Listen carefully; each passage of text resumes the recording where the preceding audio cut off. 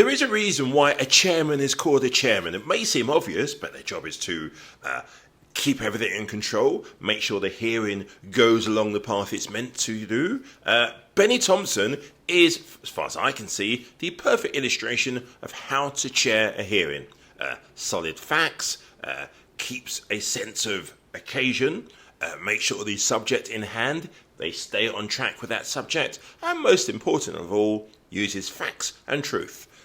Those two subjects, perhaps a few Trumpy Trumps should learn, are the ingredients to a successful hearing. Just ask Benny. The Select Committee uncovered actual crimes committed by the former president. In fact, he's facing trial for some of them in federal court and in Georgia right now. Those are clearly impeachable offenses.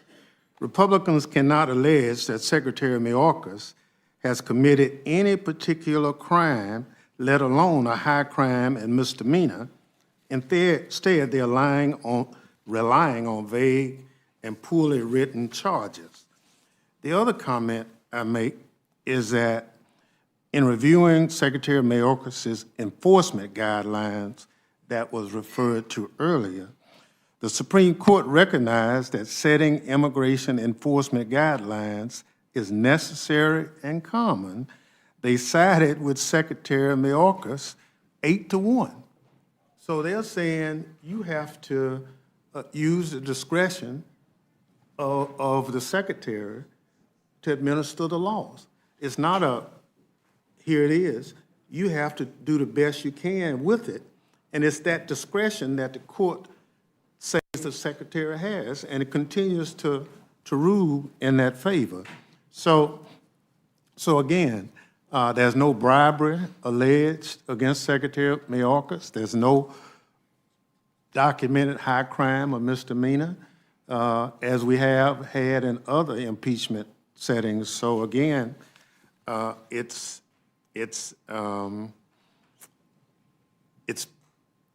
people saying we're going to impeach him and not using any facts that will hold up in a court of law. Obviously, the impeachment will go through the House, and if it passes, it'll go to the Senate. But it's so unfortunate that the last time we even brought it up was 148 years ago.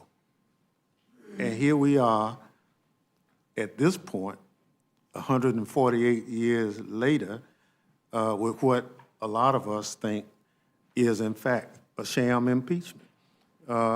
We can work it out as Democrats and Republicans, but the die was already cast before we even considered any of the other so-called charges.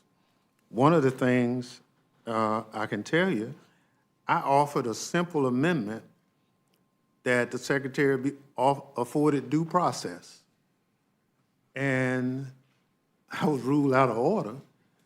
And then I offered an amendment in the markup, and it was defeated. I mean, that's how we as a country got to our greatness, is assuming that everyone has an opportunity not just to face his or her accuser, but also have an opportunity to provide a defense. We made that effort to just set some ground rules consistent with the rules of every other impeachment hearing, and it was failed. So it was clear when due process failed in the markup, I knew democracy was in trouble. Democracy was in trouble. And I think that that's part of the concern, is that when we are using impeachment process rather than elections, policy issues are for elections, that we are using this impeachment process for something it's not intended. And, the chairman referenced the Belknap impeachment. Bribery. What was the real reason why Belknap was impeached? It was bribery, is that correct? That's correct. Is that correct? Are you I mean, asking me? bribery, Actually, the third article was his failure to do his job. Well, but. There were wasn't 3 the- articles of impeachment on him. There were crimes, you're right. Right. But Can clearly, you- our can founders you did share not with- intend can you for it share to be with- just Can you share with crimes. us, can you share with us what the crimes were? Bribery. Bribery. So in that instance, he was getting a cut from a trader, is that correct? And Well, he was living a lavish lifestyle, big parties, had doubt. lots more money than his salary would have intended? No doubt. Yeah, so he was engaged in bribery. He was. He did engaged in engage in a bribery. crime, but they also put a third article on there for failing to do his job.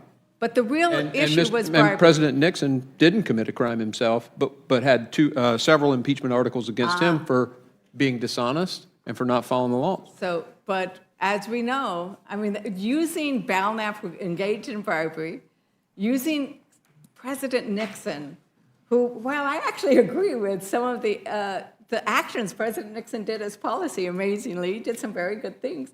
I mean, to use Nixon as an example, when he resigned I'm using the in example disgrace. of the impeachment people going against him, not Mr. Nixon. Nixon resigned in just to be disgrace. clear. But I would ask, besides, so talking about bribery and the salaries, besides the salary as a public servant, did you receive any testimony that Secretary Mayorkas received any financial benefits?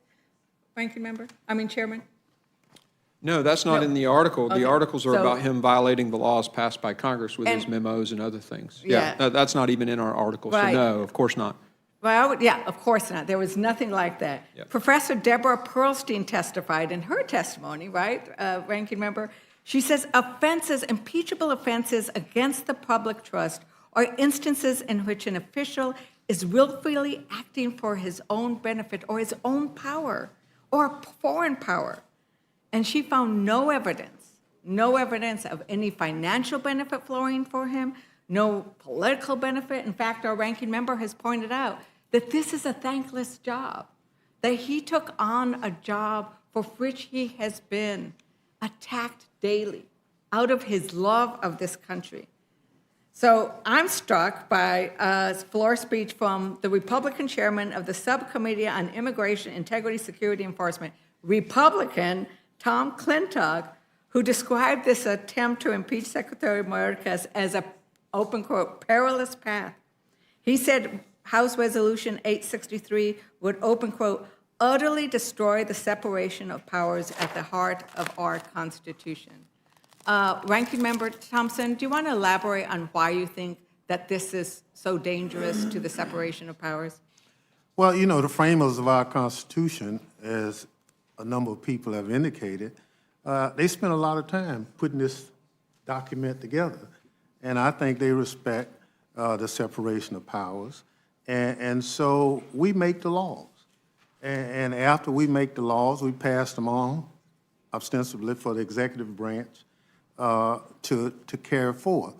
In this instance with the secretary, we don't give him enough resources to do a job, so he has to use whatever level that he can to address the problem. And so in trying to address the problem without the proper resources, he's doing the best job he can. But he's not breaking the law. He's just doing the best he can with the resources that Congress has provided. As I said, a majority of our committee who's had an opportunity to vote on provide more resources to the department have voted against providing resources. Now they want to impeach a man for not doing his job when you didn't give him the resources to do it. So, to concur, when you say the majority, the Republicans have voted against providing Mayorkas with the resources necessary to do the job. Is that? That's correct. Yes. And as I understand, they've also refused to entertain the supplemental appropriations request sent to the Hill in October.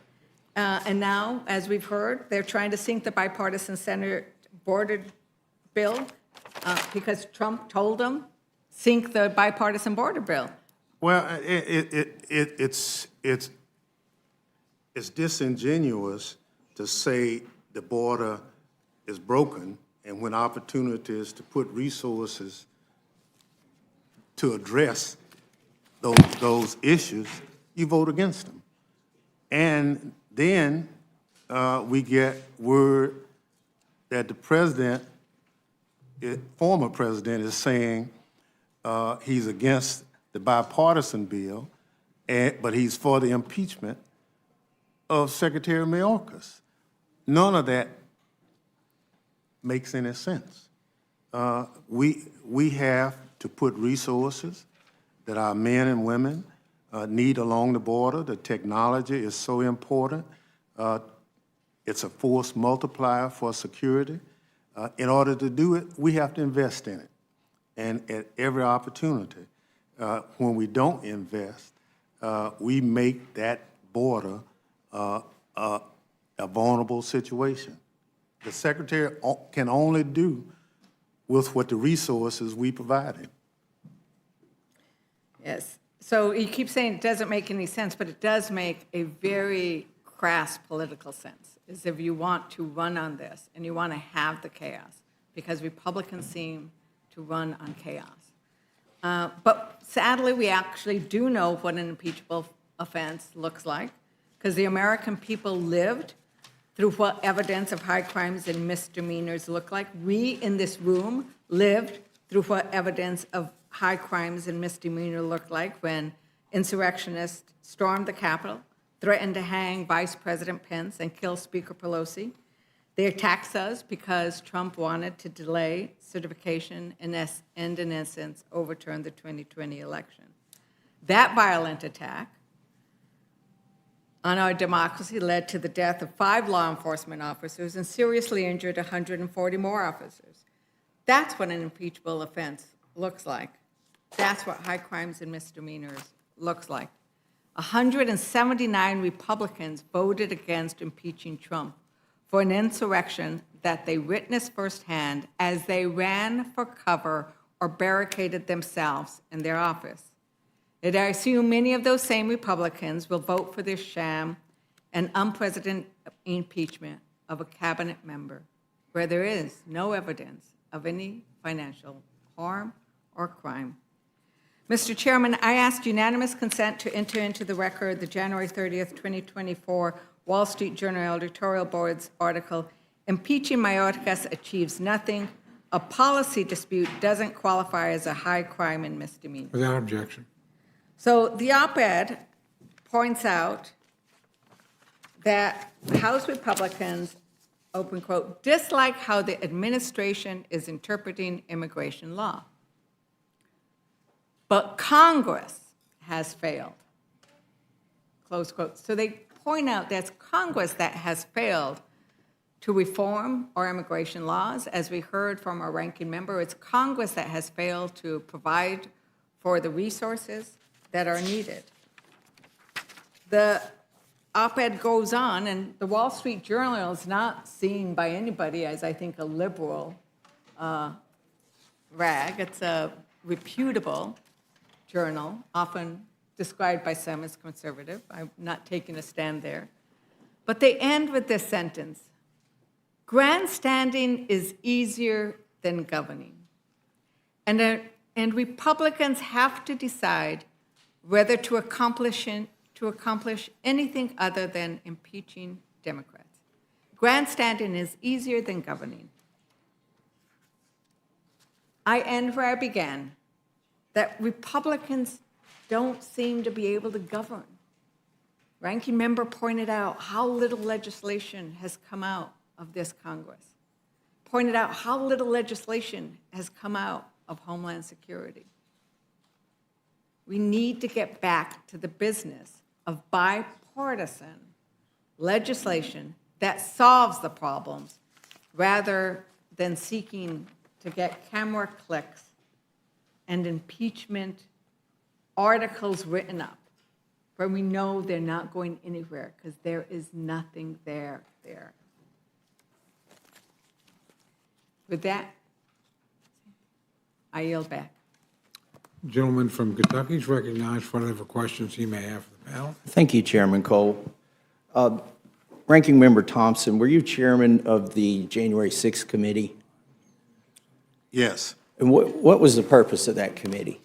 to look at the facts and circumstances that brought about the actions of January 6th and make recommendations as to Congress and that it would not happen again.